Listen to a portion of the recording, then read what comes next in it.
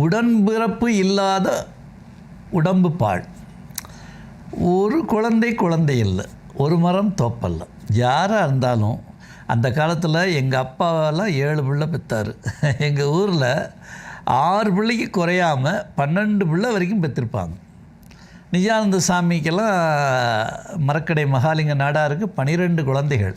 ஆனால் மகா சமாதி அடைந்தார், சொல்லி உட்கார்ந்தார். புரியுதா?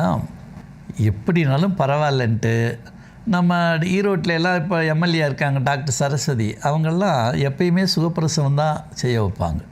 அப்படி மருத்துவச்சியாக பார்த்து போகணும்.